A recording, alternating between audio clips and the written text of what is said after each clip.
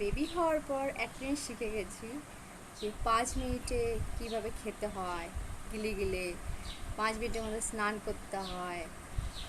আর ঘুম তো ছেড়েই দিন, না ঘুমিয়েও আমরা জেগে থাকি সারাদিন সারা রাত।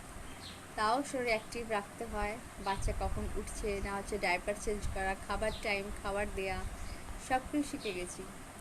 যে মেয়েটা বেলা 12টার সময় ঘুম থেকে উঠতো, উঠে কফি, ল্যাপটপ, মোবাইল, গান এসব ভুলে গিয়ে কখন ছেলে খাবে, কখন ছেলে ডাইপার চেঞ্জ করতে হবে, কখন ছেলে স্নান করতে হবে, কখন পেট ব্যথা করছে, কখন মেডিসিন খাওয়াতে হবে, কখন ঘুমাতে হবে, সব খেয়াল এখানে থাকে।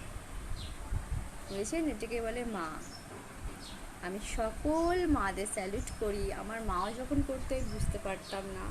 মেয়েটা বেলা 12টার আগে উঠতো না, উঠেই কফি চাই, খাবার চাই, ল্যাপটপ চাই, গান চাই, নিজের লাইফ নিয়ে ব্যস্ত থাকতো সে।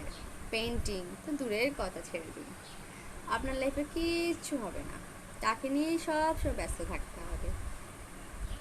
কিন্তু জানেন এটা কি? যখন এই ছোট্ট শিশুটার মুখে হাসি দেখবেন, তো সব কষ্ট দূর চলে যায় তখন। এটাকেই বলে মা। ভালো লাগলে ফলো করবেন, শেয়ার করবেন।